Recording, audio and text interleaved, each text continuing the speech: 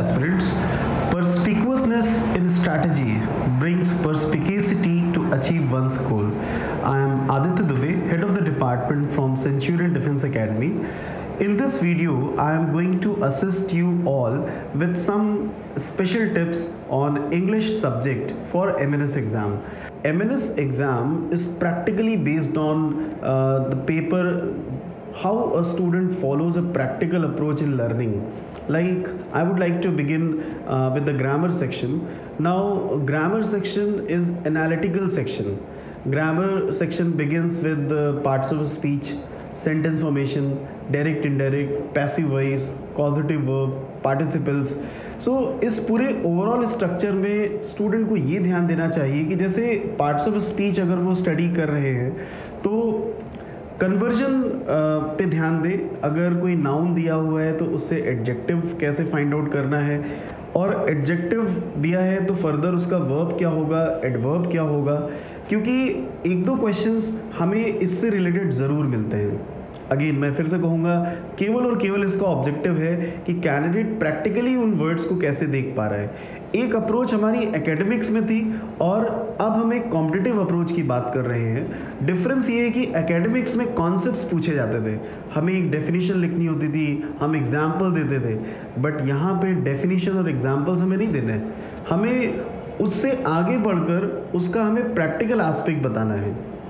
तो मैं देखता हूँ कि स्टूडेंट्स वोकैब पढ़ रहे हैं तो केवल वोकैबलरी पे ही ध्यान देते हैं, वो वोकैबलरी में ग्रामर को इन्वॉल्व नहीं करते। मैं एग्जांपल देना चाहूँगा, एक बहुत ही सिंपल एग्जांपल देना चाहूँगा। Success, succeed, successful, unsuccessfully, 4 words are there. अगर आप इसको ग्रामेटिकल एस्पेक्ट्स पे देखें तो आपको बहुत ही क्लियर आइडिया लगेगा कि इन वर्ड्स में क्या डिफरेंस है, कैसे इन्हें यूज़ करना है। जबकि अगर आप केवल सक्सेस, सक्सीड, सक्सेसफुल और सक्सेसफुली चारों का एक ही मीनिंग निकालेंगे, सफल, सफलता, तो आप डिस्टिंक्ट नहीं कर पाएंगे। सो मेरा सबसे पहला सजेशन है कि जो एक क्वेश्चन आपको मिलने वाला है आपके एमएनएस एग्जाम में पार्ट्स ऑफ स्पीच के कन्वर्जन से, उस पर ज़रूर ध्यान दें। और इसका स्कोप अनलिमिटेड है। कई बार तो एग्जाम्स में डायरेक्ट पूछ लिया जाता है कि abstract noun of busy, abstract noun of clear, it's clarity, busy, business, and कुछ ऐसे वर्ड्स हैं जिनमें छोटा सा डिफरेंस होता है। हम उन्हें होमोनिम्स कहते हैं, होमोनिम्स कहते हैं, like advice, advise, C S. Now advice is noun and advise is a verb. Huge difference is there. Maybe they can ask you to fill in the blanks. So first thing, have a very good analytical approach while learning parts of speech. आप parts of speech की detail भी पढ़ें, साथ ही साथ उसे practical aspects में उसे implement भी करते रहें। जैसे आपने abstract नाउन पढ़ा, आपने मटीरियल नाउन पढ़ा, लेट सपोज मटीरियल नाउन से रिलेटेड कोई आपने एग्जाम्पल पढ़ा, तो उसमें आप एनालिसिस करें कि why is it so. That would definitely make you a kind of, it will bring enjoyment in you as well as it will make you ready for a long time. Most of the time students content को ready कर लेते हैं, but exam आते आते वो भूलने लगते हैं। मेरे अगर इन सजेशंस को आप फॉलो करेंगे, आपको बिल्कुल भी ऐसा नहीं लगेगा कि आप ग्रामर भूल रहे हैं, आपको लगेगा कि still you are in touch with grammar. Talking about passive voice, direct, indirect, participles, causative verbs, ये पूरा जो सेगमेंट है ये पूरा बेस्ड है आपकी नॉलेज टेंसेस और सेंटेंस फॉर्मेशन को लेकर। फिर से मैं कहूँगा, आपको लगेगा कि टेंसेस और सेंटेंस फॉर्मेशन डायरेक्टली एग्जाम में नहीं आते हैं, मुझे भी पता है, बट अगर आप इनका बेस नहीं लेंगे तो further passive voice, direct, indirect, positive verb, participle, इनको समझना आपके लिए मुश्किल होगा। तो हमारे और भी यूट्यूब चैनल पे वीडियोस अवेलेबल हैं, आप उन्हें भी रेफर कर सकते हैं। सेंटेंस फॉर्मेशन और टेंसेस ये आपका बिल्डिंग ब्लॉक है पूरा इस सेगमेंट के लिए, जो आपका पूरा सेंटेंसेस पे बेस्ड है। तो ग्रामर में आपको जो अप्रोच फॉलो करनी है वो एक प्रैक्टिकल अप्रोच फॉलो करनी है। मॉडल टेस्ट पेपर्स लगाइए, मॉडल टेस्ट पेपर से आपको आइडिया लगता है कि एग्ज़ाम में क्वेश्चंस की कैटेगरी क्या है। हालांकि स्टूडेंट्स ने हमें प्रीवियस एमएनएस एग्ज़ाम्स में ये हमसे शेयर किया है कि उसमें स्पॉटिंग एरर का सेक्शन नहीं रहता है, फिर भी मैं कहूँगा स्पॉटिंग एरर सेक्शन नहीं तो मे बी सेंटेंस इम्प्रूवमेंट में आ सकता है, maybe fill in the blanks में आ सकता है, प्रेपोजिशन एक इम्पॉर्टेंट टॉपिक है, और ज़्यादातर स्टूडेंट्स बिज़ी रहते हैं प्रिपोजिशन के बेसिक्स पढ़ने में।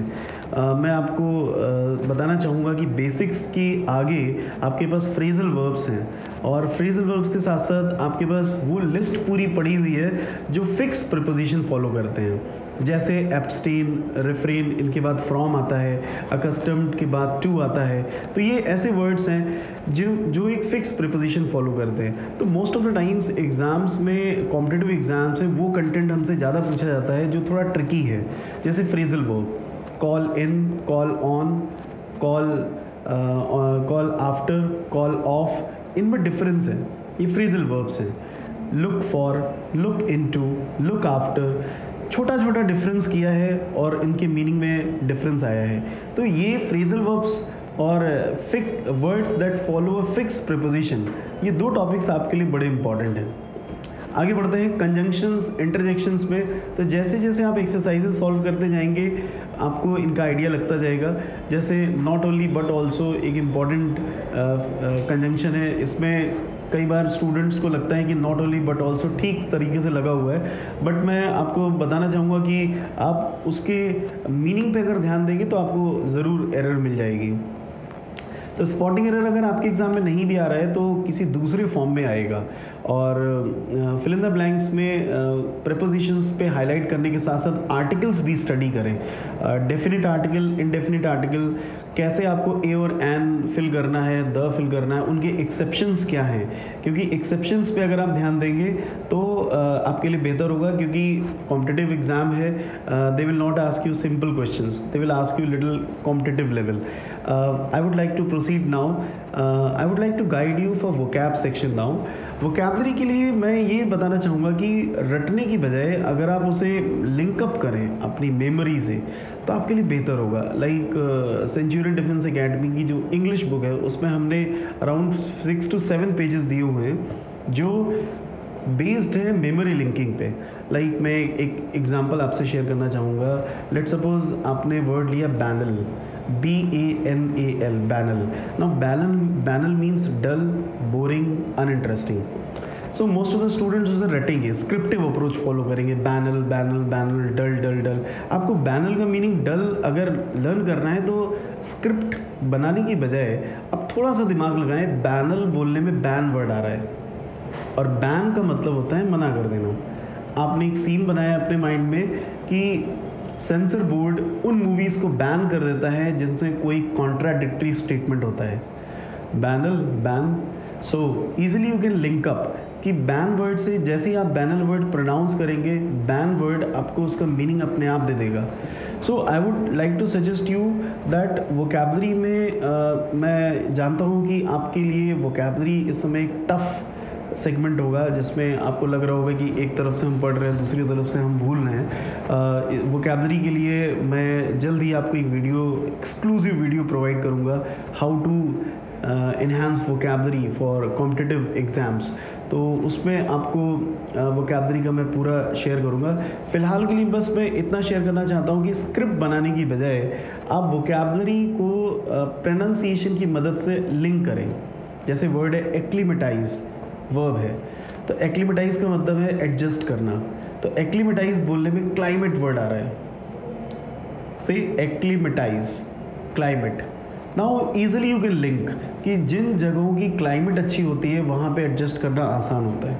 तो जब भी आप वर्ड सुनेंगे एक्लीमेटाइज, क्लाइमेट वर्ड आपको इसका रिप्लाई दे देगा। तो ऐसी कुछ टिप्स हैं। इसके साथ साथ रूट वर्ड्स हैं, रूट वर्ड से आपको आइडिया लग सकता है। ओवरऑल इस वीडियो का ऑब्जेक्टिव है कि आपकी इंग्लिश सब्जेक्ट को ईज़ के साथ आपको रेडी करना, साथ ही साथ स्कोरिंग। अब मैं अगर स्कोर्स की बात करूं तो वोकैबलरी सेगमेंट सबसे ज़्यादा स्कोर देने वाला सेगमेंट है। और एक मैं आपको मिथ भी बताऊं, स्टूडेंट्स के अंदर एक मिथ होता है कि वो ज़्यादातर टाइम अपना ग्रामर में देते रहते हैं। तो रियलिटी ये है कि वोकैब सेक्शन पे ज़्यादा फोकस करना चाहिए रैदर देन ग्रामर सेक्शन, क्योंकि ग्रामर सेक्शन में आप अपने एक्सपीरियंस, आप अपनी एनालिटिकल अप्रोच से कोई ना कोई रिप्लाई निकाल सकते हैं। लेकिन वोकैबलरी में अगर आपको रिप्लाई आता है तो ही आप उसका आंसर दे पाएंगे, अदरवाइज आप उसमें कोई कॉमन सेंस, कोई एक्सपीरियंस इम्प्लीमेंट नहीं कर सकते।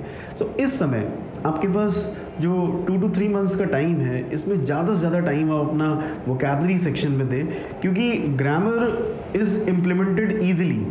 You can easily find analysis, you can easily find few tips on grammar, and that is very handy because it is a language, you can easily find it. So I would recommend at least have a collection of 2 to 3,000 words for MNS exam. That is important. Now coming to reading section, that is a segment where students hardly focus on, and this becomes a severe problem for them. So involve reading in your schedule. Don't get pressurized on reading part, as in exams you are going to have an unseen passage. Similarly, you also develop your habit of reading. Do not just believe that I should have 10 passages or 15 passages ready with me, maybe उन 15-20 passages में मुझे एक मिल जाए. I hope ये approach आपकी ठीक नहीं होगी, क्योंकि ये कॉम्पिटिटिव है. सो ऑब्वियसली जो आपका पैसेज होगा वो एजुकेशन से रिलेटेड, इकोनॉमिक्स से रिलेटेड, टेक्नोलॉजी से रिलेटेड या डिफरेंट सेगमेंट से रिलेटेड हो सकता है. सो पैसेज रीडिंग अगेन नेचुरल होनी चाहिए. पैसेज रीडिंग हमें इस तरह से नहीं करना चाहिए कि बस एक पैसेज को रीड करके हम जल्दी से 15-20 पैसेजेस रेडी कर लें. That is not the right approach. आप डेली न्यूज़पेपर रीड करिए, नेचुरल तरीके से पढ़िए.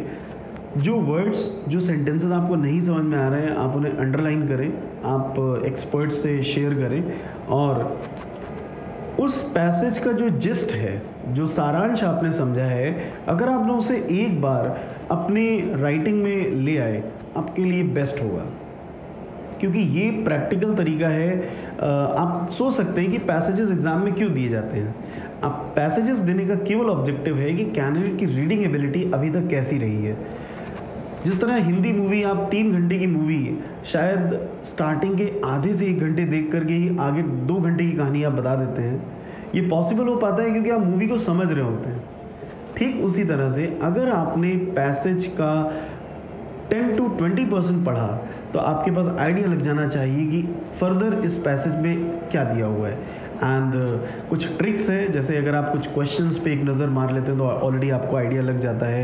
एंड देन वो तो खैर पुरानी ट्रिक्स हो गई कि वर्ड को पैसेज में मैच कर लेना, क्योंकि कॉम्पिटिटिव सिनेरियो में it is already taken in care that how the language is going to be. So generally language बहुत आसान नहीं होती है. लैंग्वेज थोड़ा सा एक मॉडरेट लेवल पे होगी. मैं कॉम्प्लेक्स तो नहीं कहूँगा, क्योंकि एग्ज़ाम का ऑब्जेक्टिव है कि कैंडिडेट भी आसानी से उसे मतलब बहुत ज़्यादा उसे टफ ना महसूस हो. सो develop habit of reading every day.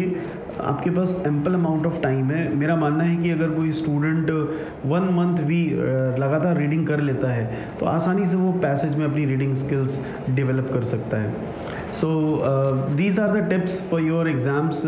I would welcome your queries in the comment box if you have any. I would definitely love to share the answer. And for further videos like on vocabulary, like on grammatical sessions, and also on reading, our team is ready and we are working on that, and we will be giving you other videos as well.